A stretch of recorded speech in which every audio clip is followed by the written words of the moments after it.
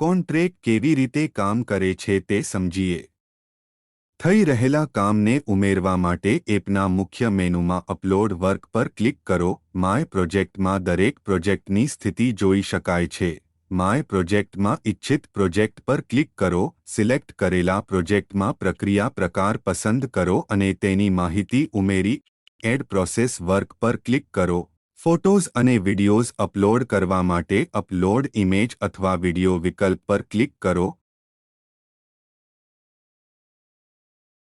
વધારાના ખર્ચા ઉમેરવા માટે અધર એક્સપેન્સ વિકલ્પમાં નામ અને રકમ ઉમેરી એડ એક્સપેન્સ પર ક્લિક કરો. ઉમેરેલી માહિતીને જોવા અને અપલોડ કરવા માટે સેવ અને પ્રિવ્યૂના બટન પર ક્લિક કરીને કન્ફર્મ કરો.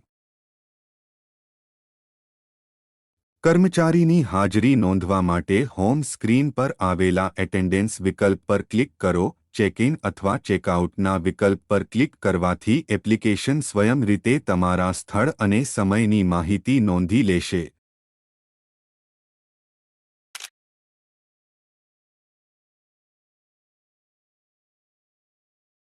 કર્મચારીએ પોતાનો ખર્ચ ઉમેરવા માટે પર્સનલ એક્સપેન્સના વિકલ્પમાં પોતાનો ખર્ચ માહિતી સાથે ઉમેરી દેવો.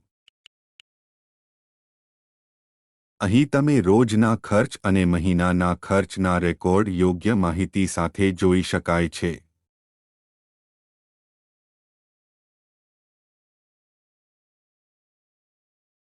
ઇચ્છિત તારીખ અને ઇચ્છિત મહિનાના ખર્ચના રેકોર્ડ ડાઉનલોડ પણ કરી શકાય છે.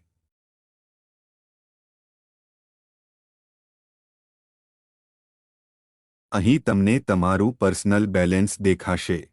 અહીં તમે અન્ય કામ સંબંધિત દસ્તાવેજો કે બિલ જેવા ફોટા પણ સીધા અપલોડ કરી શકો છો.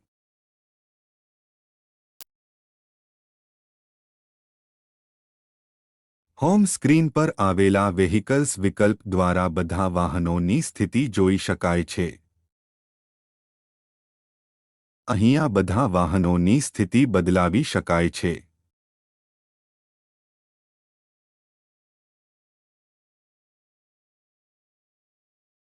હોમ સ્ક્રીન પર આવેલ લેબર વિકલ્પ પર ક્લિક કરો. જે સાઇટ માટે હાજરી નોંધાવવી છે તે સાઇટ પસંદ કરો. હાજરી નોંધાવવા માટે ચેક-ઇન વિકલ્પ પર ક્લિક કરો. સાઇટ પર હાજર મજૂરોની સંખ્યા એન્ટર ચેક-ઇન કાઉન્ટમાં દાખલ કરો. ત્યાર પછી મજૂરોનો ફોટો ખેંચો. આ બધા સ્ટેપ પૂર્ણ કર્યા પછી મજૂરોની હાજરી સિસ્ટમમાં સફળતાપૂર્વક નોંધાઈ જશે. દિવસમાં હાજરીની પ્રક્રિયા જરૂરિયાત મુજબ દોહરાવી શકાય છે. હોમ સ્ક્રીન પર આવેલ ટાસ્ક વિકલ્પમાં તમને સોંપેલ તમામ કાર્યોની માહિતી દર્શાવવામાં આવે છે. જે કાર્યો કોઈ સાઇટ અથવા પ્રોજેક્ટ સાથે સંબંધિત નથી તે પ્રતીક ચિહ્ન દ્વારા દર્શાવવામાં આવે છે. જ્યારે સાઇટ અથવા પ્રોજેક્ટ સાથે જોડાયેલા કાર્યો પૂરતી વિગતો સાથે રજૂ કરવામાં આવે છે. જે કોઈ કાર્ય સાઇટ સાથે સંબંધિત હોય તેને પૂર્ણ કરવા માટે હોમ સ્ક્રીન પર ઉપલબ્ધ અપલોડ વર્ક વિકલ્પનો ઉપયોગ કરી શકો છો. જેમ જ તમે જરૂરી માહિતી અપલોડ કરો છો તે કાર્ય પૂર્ણ ગણાય છે. કાર્ય પૂર્ણ થતાં જ તે કાર્ય આપમેળે ટાસ્ક મેનુમાંથી દૂર થઈ જાય છે. કોઈ કારણસર કાર્ય પૂર્ણ ન થઈ શકે તો તેને માર્ક પેન્ડિંગ દ્વારા નોંધાવી શકો છો. કાર્ય પેન્ડિંગ શા માટે છે તે કારણ લખવું જરૂરી છે.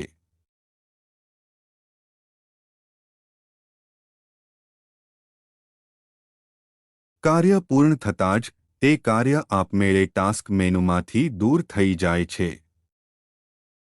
કોન્ટ્રેક્ટ સાથે તમારા સાઇટ રિપોર્ટ્સ પર સંપૂર્ણ કંટ્રોલ મેળવો. Powered by DZ Infotech.